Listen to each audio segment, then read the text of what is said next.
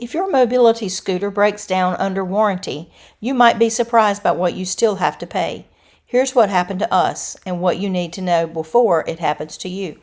Do you remember when we took Roxy to the scooter hospital, and as we were riding around, I said that my fear is, what would we do if something happened to the scooter and no one around where we live would or could service the scooter?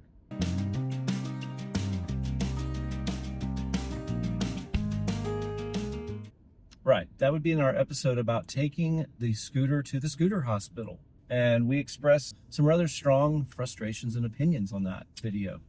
If you thought those were strong, I am literally almost entirely unable to speak because I am so mad. So let me give you a little context. We are back home, which is not close to the scooter hospital where we took it or where we purchased it, because at the time, the Transformer 2 was not widely available, because we were looking for something that we could fold up, and for various reasons, we ended up having to go with the Transformer 2. That brings us to where I regret it. We are today. Our Transformer 2 is having an issue where now it appears to not want to go over 2 miles an hour.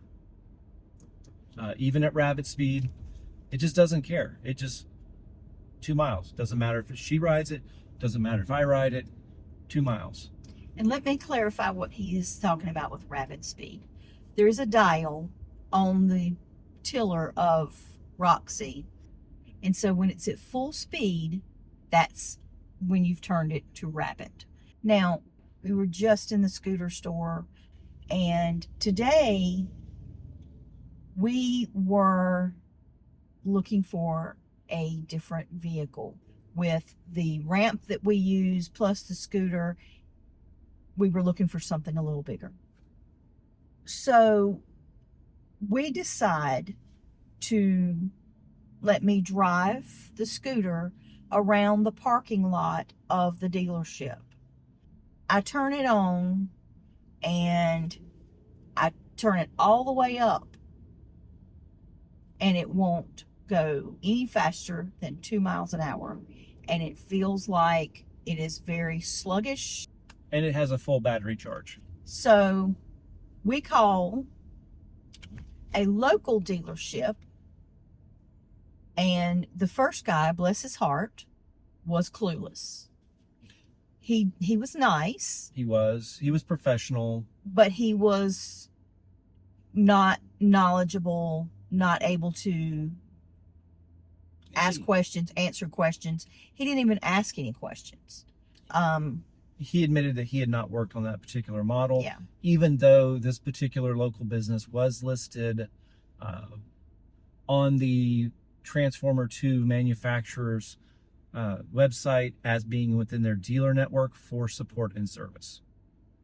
So he transferred us to the owner. Number 2. And the owner, again, very professional, nice, and he reiterated that they stood by whatever they sold, that they didn't sell the Transformer 2. So therefore, he didn't support it.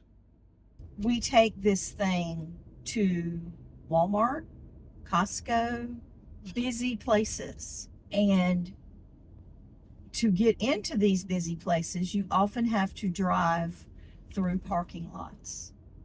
And at the speed that this thing is going today, it is a safety issue with a parking lot with cars zooming by. This is a safety issue now. It is dangerous to not be able to turn it up to top speed to go fast when I need to. So we called the people that we bought this thing from, and they don't have an answer, but they're going to have the people that looked at it the last time give us a phone call, but they are 9 hours away. Enhanced Mobility does their warranty work and their service. They even said we may have to ship it back to them. So if we ship it back to them, then that seriously limits what I'm going to be able to go and do while the scooter is in Florida at the scooter hospital. So it's quite a concern for us going on right now, and you should be aware that these are things that could potentially happen if you own a mobility scooter, with the understanding that there was a dealer network in place to support us, and that is Not quickly turning out to not be true. Life happens and it continues rolling on, but be aware that if you own a mobility scooter, check your what would you say, support network before you buy it. We've called 2 places today, and neither one of them can help us. We'll have to see what Enhanced Mobility comes back with, but that is another option. Not the best option, no. No. Do you remember that line from The Golden Girls where Blanche says, "Stay tuned for the continuing story of another world"? I remember later that same day. So it's time to bring you up to date on the scooter that wouldn't go over 2 miles an hour. Now, when we last talked, I think it was just the scooter wouldn't go over 2 miles an hour. Right. And then Saturday, we went and bought a new car so that we did not feel as cramped. We tried it out at the dealership. That would be the scooter. Right. And that's how I discovered that It was not going as it should. We also tried to reach out to some places about fixing it. And all we got from them was, "Sorry, you didn't buy it from us. We're not doing anything with it. Move on." Right. And then the other location was closed already because they close early on Fridays. And they were closed on Saturday by appointment only. Which is something that we have discovered that seems to be industry standard. Yep. That all of these places that you could go to buy a scooter, rent a scooter, service a scooter, they're all Monday through Friday and Saturday by appointments. And some of them don't even offer that. We both work full-time jobs. The manufacturer did a rough diagnosis over the phone and is sending the parts to a company here in our area that will cover the work under warranty. However, for the Transformer 2, the only thing that is covered under warranty is parts. They don't cover labor. We could have gotten an in-home warranty, but we weren't sold one. Or offered one. And the irony is that the in-home warranty would have covered the cost of labor. And I understand that it's $95 in the scheme of what we paid for Roxy back there. And it doesn't feel right to me. We never actually drove the scooter to the shop. Instead, we called the repair place and explained the problem. They told us that a technician could come out, but only after we paid a $189 service fee up front just to get on the schedule. So we arranged to meet the tech at our workplace, hoping that would be more convenient. But the whole thing felt backwards, paying out of pocket before anyone even looked at it, even though we were still under warranty. All we know is that when we called Enhanced Mobility and said, "Hey, this is what's going on," they just made a diagnostic decision over the phone and said, "Oh, it's this, and we're going to ship these parts." In 4 months, this scooter is crossing an ocean and going to the North Atlantic. It keeps breaking. It might stay in the North Atlantic. It keeps breaking. It might make the same fate as the Titanic, given that we're going to be in Southampton, just like where the Titanic left from. I think our experience would have been completely different had we been offered that warranty. We can't go in the Wayback Machine to December and force the guy that sold it to us to sell us this warranty when he didn't offer it to us.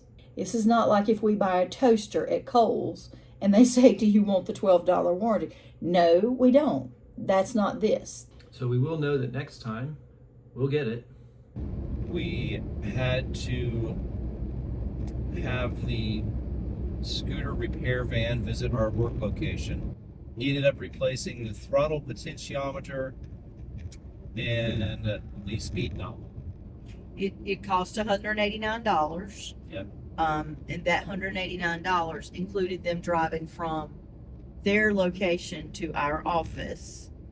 Hopefully we are done with having to, call this situation out and talk about it, and we can just put it in the rear view and, move on to doing some other things and not interrupting your local programming for videos about Roxy having to go to the scooter hospital 2 times in 5 months. Well, we thought the story of the malfunctioning scooter was over. Going to work. But pull it out today and 1 mile an hour. That's as fast as it'll go. Imagine trying to ride through a Walmart parking lot where you are going from where you parked your car to the door, having to fear that cars coming this way are not going to see you or care. So there's that. And then I got inside of the Walmart and it was so sluggish and just overall painful to be going at that speed. And so this will be a call back to Southern Mobility tomorrow. Here's the problem though. They'll probably want to charge us again. they're not charging us again. They shouldn't. They're not charging us again. And here's, this time I'm going to put my foot down. If they tell us that they're going to charge us again, then we will forego the plan to take the Mustang And just take it down to... and we will take it right back to the place that we bought it. The reason I say that they will probably want to charge us is because the technician drove it and I drove it. We both drove it and we're able to get 4 miles an hour. So from their perspective, they'll probably say it was fixed. Obviously the fix didn't hold. Something is not right. I have not driven it since last Thursday, not this past Thursday, but last Thursday. So like May the 22nd. Jax drove it on the 23rd. That's where we're at. I'm just, once again, I'm out of words, and I don't usually find myself not to be able to comment on something. So we'll keep you apprised of what happens and keep on rolling.